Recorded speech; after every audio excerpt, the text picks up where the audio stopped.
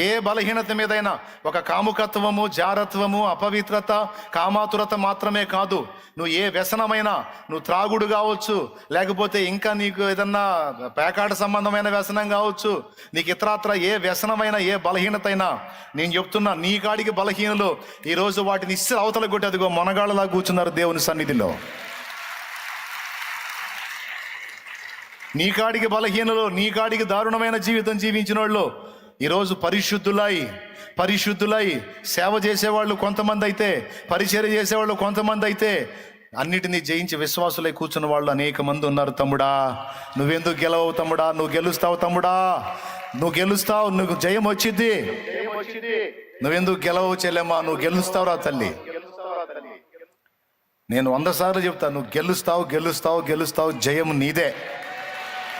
ఎందుకంటే నువ్వు నా ప్రభు పాదాలు పట్టుకుంటున్నావు, నా తండ్రి కాళ్ళు